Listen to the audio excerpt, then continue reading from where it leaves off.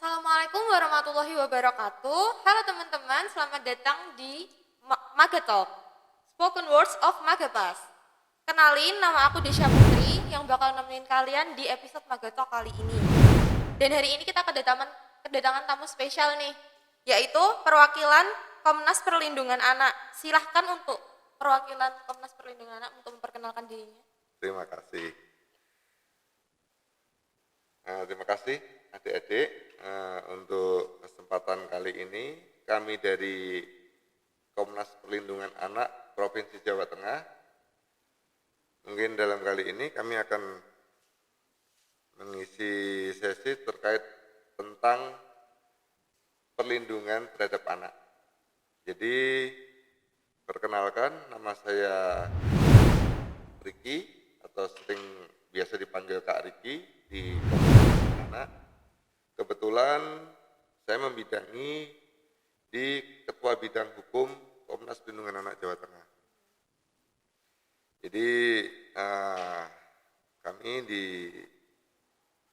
diutus untuk datang sesuai dengan undangan. Jadi kami akan memberikan wawasan atau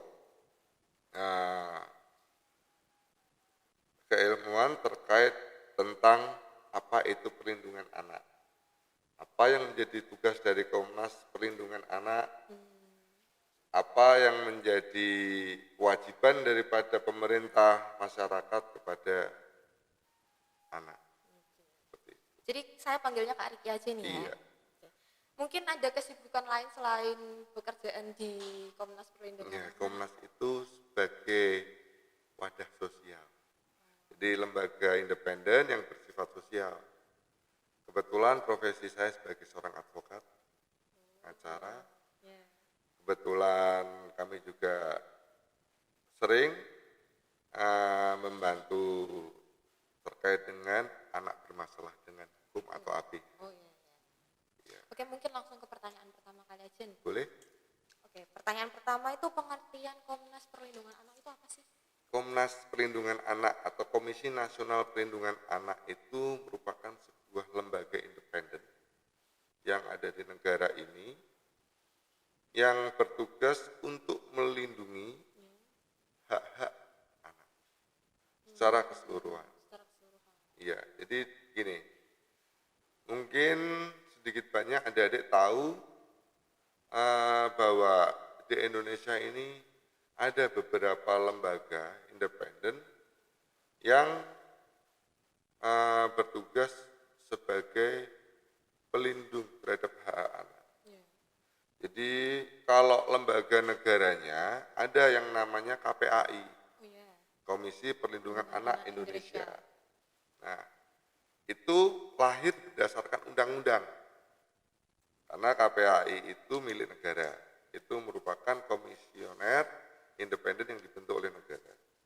Kalau kami, Komnas Perlindungan Anak, kami sama dalam bentuk komisioner juga, cuman kami bersifat independen, yang bersifat mungkin sebagai penyeimbang, bukan saingan, karena di sini kami nggak bersaing. Jadi negara membutuhkan kami secara independen untuk mengawal jalannya perlindungan terhadap anak di negara ini. Seperti itu. Mungkin teman-teman juga pandai penasaran, tugasnya Komnas Perlindungan Anak itu apa aja sih? Komnas Perlindungan Anak itu melindungi hak-hak anak secara keseluruhan. Dasar daripada kami itu Undang-Undang Perlindungan Anak.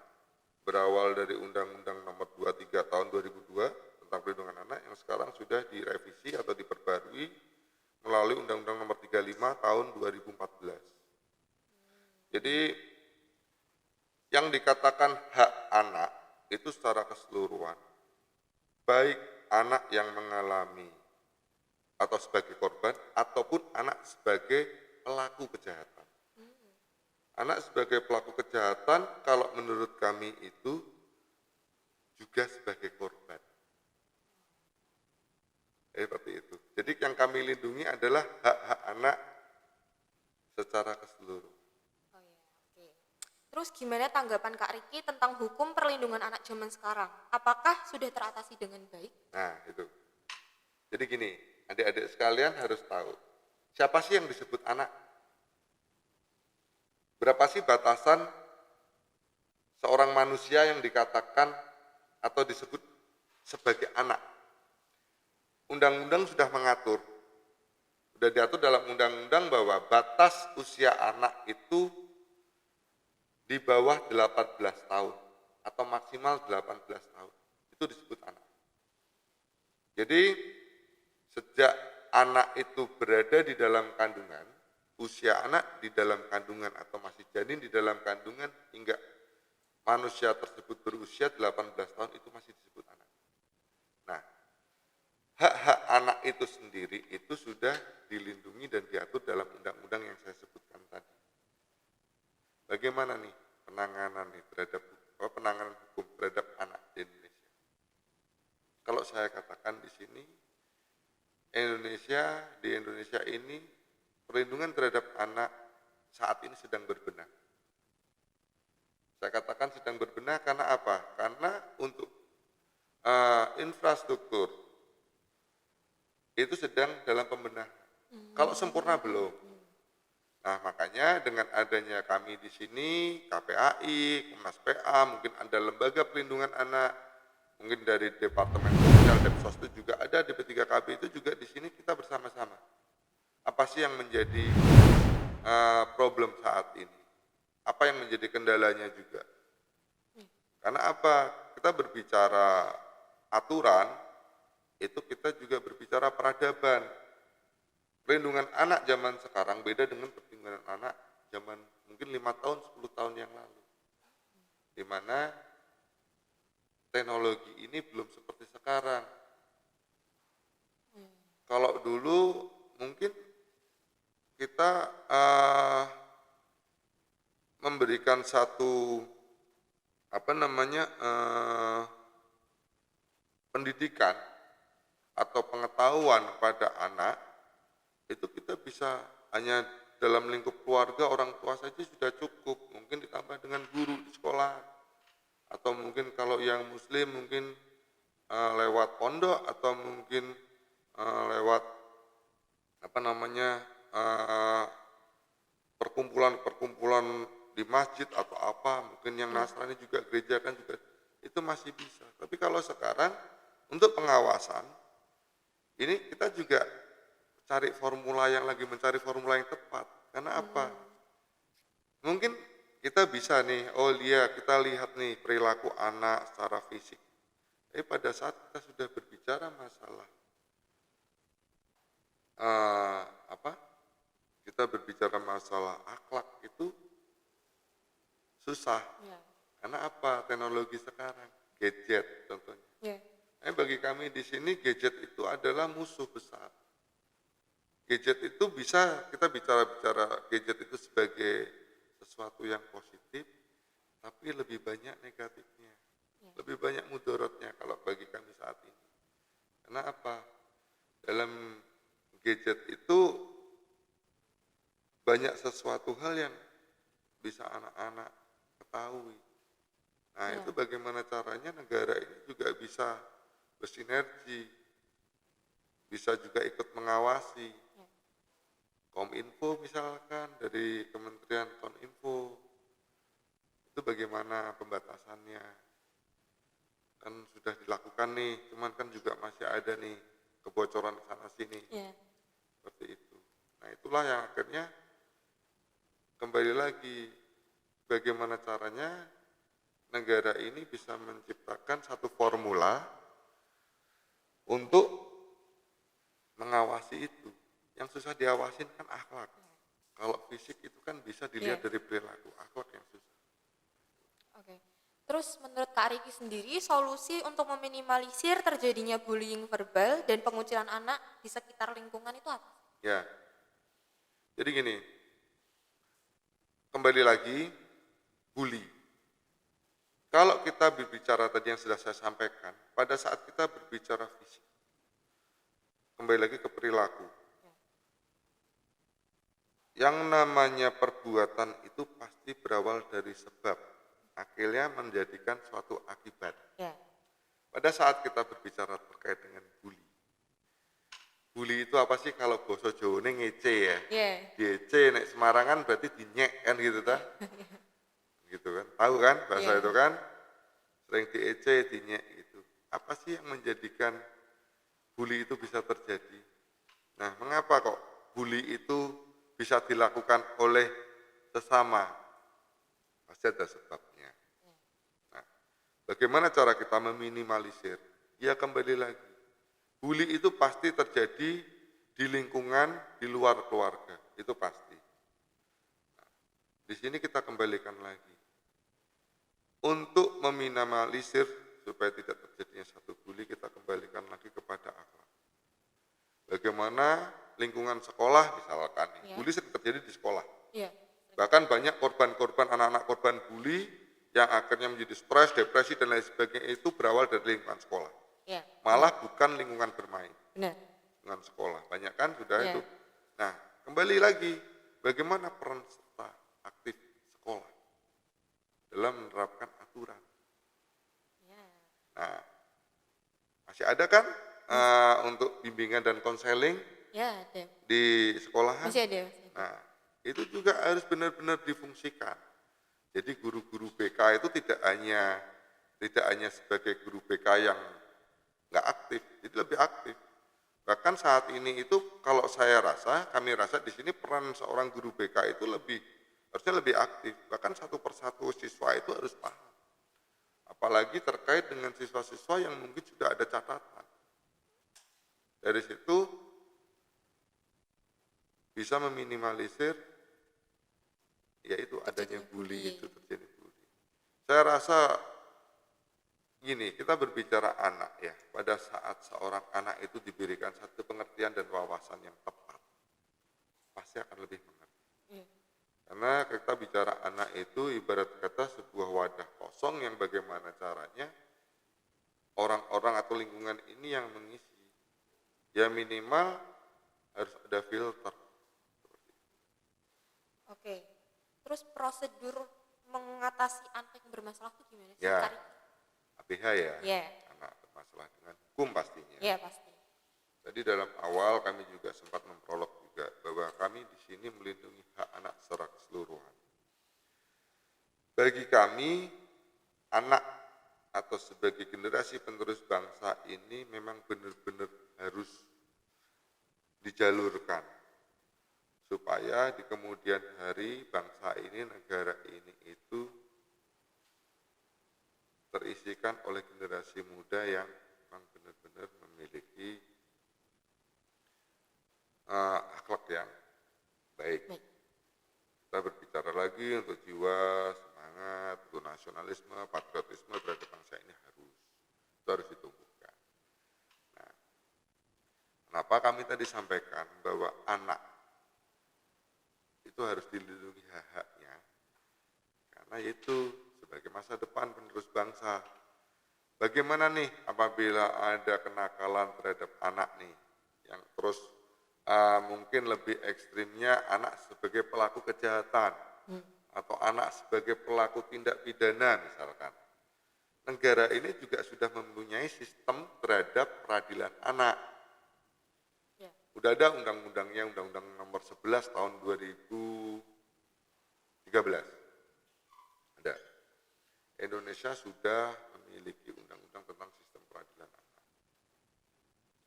Jadi kalau kita berbicara sistem peradilan anak, itu tetap proses hukumnya tetap dijalankan.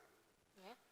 Misalkan ada seorang anak melakukan tindak pidana nih, diduga melakukan kejahatan pidana, misalkan narkoba, atau mungkin pencurian dan lain sebagainya. Proses hukumnya tetap berjalan. Minimal si anak ini mendapatkan satu pembelajaran dan efek jera. Tapi bagaimana sistemnya? Indonesia juga sudah memiliki regulasi, aturan, undang-undang yang mengatur. Ya. Sudah ada. Jadi tentang terkait dengan proses awal, misalkan proses penyidikan, itu pun penyidiknya harus penyidik anak. bukan penyidik umum biasa seperti orang dewasa yang disidik atau diperiksa polisi, bukan. Berbeda berarti. Beda. Jadi pihak kepolisian pun sudah ada unit khusus untuk perlindungan perempuan dan anak. Jadi unit PPA itu ada, itu wajib hukumnya. Dan sekarang ini baru ada di tingkat Polres atau tingkat kabupaten kota. Polsek belum ada. Jadi PPA itu baru sampai tingkat Polres. Ada penyidik bersertifikasi khusus untuk pelindungan anak, untuk perempuan dan anak. Jadi PPA itu unit penyidik perempuan dan anak. Dan itu bagaimana untuk penanganannya seperti yang kami sampaikan sudah tadi, dan proses untuk sistem peradilannya pun itu juga berbeda. Misalkan si anak tersebut divonis bersalah, divonis oleh pengadilan bersalah, hukumannya pun berbeda dengan hukuman vonis terhadap pelaku kejahatan yang dewasa. Setengah daripada vonis yang untuk orang dewasa. Dan anak sendiri pun apabila anak itu menjalani hukuman, itu pun tidak di lembaga pemasyarakatan umum atau dewasa. Tetapi Negara sudah ada yang namanya Bapas. Jadi memang khusus untuk anak, Bapas itu sudah disiapkan oleh negara untuk, ya kita bicaranya untuk menempatkan anak-anak yang bermasalah. Terus menurut Kak Riki, gimana caranya agar anak mempunyai rasa aman jika berada di lingkungan sekolah? Ya minimal gini, seorang anak itu memiliki karakteristik watak yang memang itu terbangun dari lingkungan. Kami juga di sini juga sering memberikan satu wawasan kepada anak-anak saat ini. Kalau kita berbicara bagaimana anak tersebut ke depannya seperti apa, itu kita kembalikan lagi ke lingkungan. Anak nggak bisa kok. Kita berbicara anak ini seperti ini harus kayak orang tuanya. Siapa yang memberikan pemahaman, wawasan, diarahkan kemana? Itu peran serta dari orang tua, dan ya mungkin saya bilang lingkungan saat ini anak sekolah, ya guru, ya sekolahan, ya lingkungan. Terus bagaimana nih caranya? Ya bagaimana membentuk karakter. Kami senang malah dengan kawan-kawan yang adik-adik yang ada di Magapas. Minimal dengan adanya Magapas ini kan, satu organisasi Magapas ini bisa menjadikan adik-adik ini memiliki wawasan yang lebih luas, mungkin bersikap lebih kritis kan. Terus adik-adik juga di sini itu untuk mentalnya juga lebih tumbuh, rasa percaya dirinya dan lain sebagainya. Itulah yang akhirnya dari lingkungan ini membentuk adik-adik untuk menjadi suatu generasi penerus nantinya yang memiliki wawasan, memiliki mental, percaya diri, bahkan bersikap kritis. Kritis itu dalam arti yang positif kan? Melalui dalam arti yang membangun. Misalkan seperti ini nih, bagaimana kami kan gitu kan bahasanya kan, kami nih sebagai anak ke depannya, terus fungsi dari Komnas untuk kami apa kan gitu.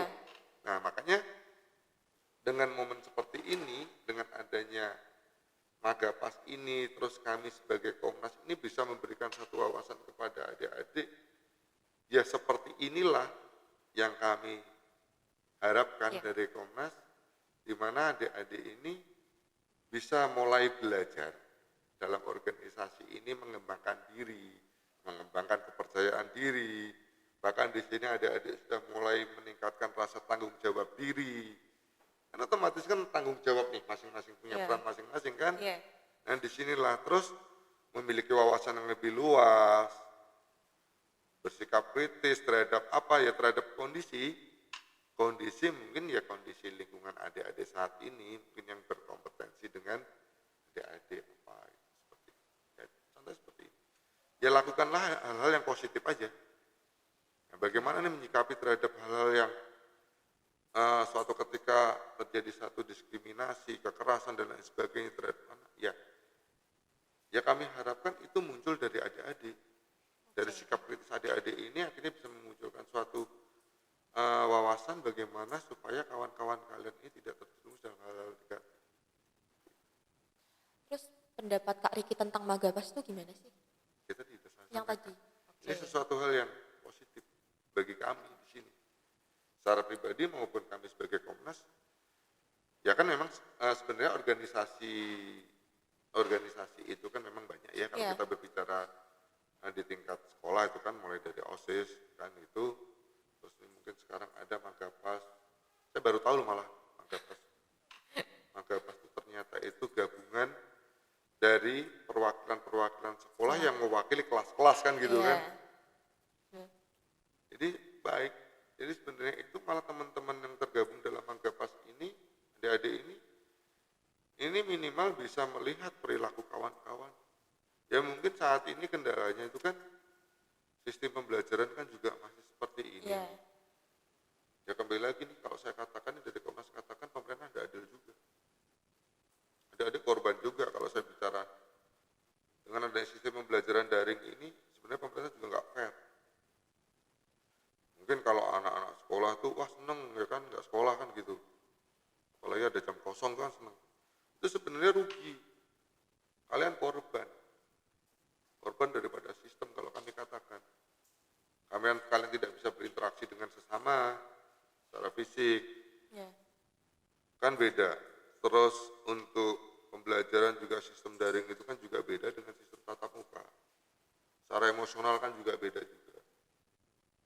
Sedangkan untuk kegiatan lain di luar kegiatan sekolah kan dibolehkan. Kalau kami sempat juga dialog juga, kami diskusi juga dengan teman-teman birokrat juga. Kalau kita berbicara tingkat resiko sekolah tatap muka dengan kegiatan pasar di mal, di jalan, itu resikonya lebih tinggi mana? Nah, kalau kita berbicara anak sekolah ini kok terus anak sekolah yang dikorbankan kan gitu. Ini kan belum tatap muka semua kan, paling 50% kan, belum 100%. Terus bagaimana ke depannya? Nah, ini perlu pemerintah juga perlu menyikapi juga. Itu mungkin pesan kami juga di sini. Kami sampaikan bahwa dengan ketidakjelasan sistem pembelajaran ini itu juga nantinya akan mengorbankan anak-anak ini di kemudian hari. Jadi kami seperti itu. Spontan. Terus menurut Kak Riki, tips untuk anak yang bergabung dalam organisasi untuk mengetahui batasan waktunya tuh gimana? Ya, karena kalian juga masih berstatus sebagai anak, kita kembali lagi anak. Kalian juga di sini juga masih memiliki aturan dalam keluarga. Orang tua itu kan memiliki aturan dalam keluarga itu kan pasti orang tua membuat satu aturan. Oh iya, jam anak di luar rumah, terus jam belajar anak, kegiatan anak dan lain sebagainya itu kan memang orang tua masih mengontrol. Supaya tidak menimbulkan sesuatu hal yang kontra. Jadi tujuan kalian baik berorganisasi ini, cuman jangan sampai akhirnya menjadikan kontra dalam keluarga. Ya, harapan kami atau mungkin kami bisa memberikan satu wacana, ambillah jam-jam di mana jam tersebut itu tidak mengganggu tidak mengganggu jam keluarga atau jam belajar. Dan tentunya untuk kita mengurangi resiko, ya adalah jam-jam yang matahari masih ada. Jangan jam-jam gelap.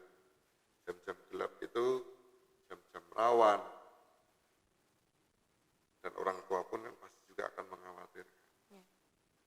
Jadi supaya kalian juga dalam berorganisasi ini menimbulkan manfaat atau dampak positif, tidak menimbulkan kontra, ya minimal setiap kali kegiatan organisasi pemberitahuan kepada orang tua masing-masing itu wajib hukumnya, dan jangan mendadak, dan setiap kali ada kegiatan untuk lokasi tempat untuk kegiatan itu juga harus jelas. Ya. Yang kedua, karena organisasi ini juga masih membawa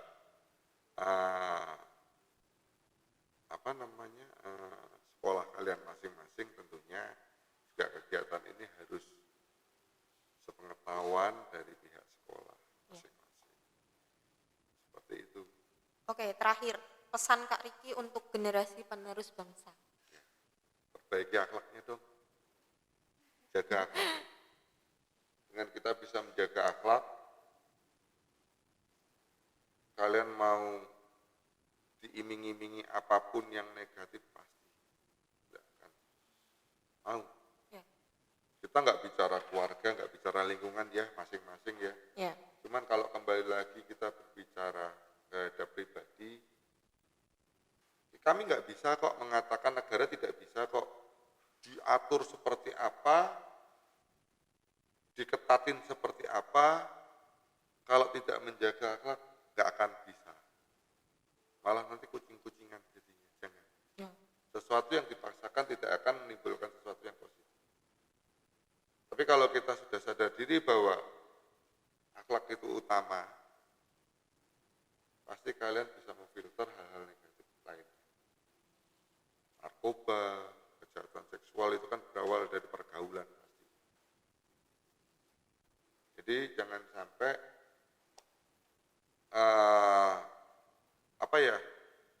biasanya itu selalu menyudutkan pelaku.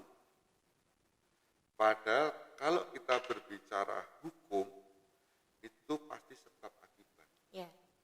Tidak akan mungkin ada pemerkosaan kalau tidak ada kesempatan untuk memperkosa. Ya. Tidak ada kesempatan untuk menjual narkoba, pasti tidak ada orang jualan narkoba. Ya. Jadi kejahatan itu terjadi di mana itu ada kesempatan. Kalau adik-adik ini akhlaknya, imannya kurang, ya gampang kejahatan itu masuk ke diri adik-adik. Jadi kita kembalikan. Jadi mumpung kita berbicara anak ini, bagaimana caranya kita selalu mengingatkan eman-eman masa depan kalian. Coba usia anak ini kalian dalam bersosial kepada teman-teman sesama, apalagi usia-usia kalian kan usia-usia yang nantinya itu kan ini kan transisi nih. Ya. Antara anak, remaja ke dewasa. Remaja di undang-undang tidak ada, adanya ya anak dewasa kan gitu. Ya. Di usia anak ini, tolong sampaikan kepada kawan-kawan. Ingat masa depanmu. Ini zaman ini, peradaban ini, peradaban yang berkompetisi. Kita ini kompetisi ini ketat. Kalian 2 tahun ke depan, 3 tahun ke depan, 5 tahun ke depan, kalian mau apa sudah terpikirkan belum? Kalian setahun lagi, 2 tahun lagi, kalian masuk usia kuliah. Ada yang kuliah, kalau memang misalkan yang belum berkesempatan kuliah, ada yang kerja dan lain sebagainya, udah kehidupan nyata. Kalian 2 tahun, 3 tahun lagi ini sudah masuk dalam kehidupan nyata. Kalian mau apa? Kalian mau kemana? Itu yang harus sudah dipikirkan. Itu sebenarnya itu masa-masa kalian ini sebenarnya ini harus peran aktif guru, orang tua kepada kalian di usia kalian. Orang tua pun juga harus minimal tanya kepada anak, kalian setelah ini mau apa? Minat bakat itu yang nantinya akan berpengaruh dalam masa depan anak.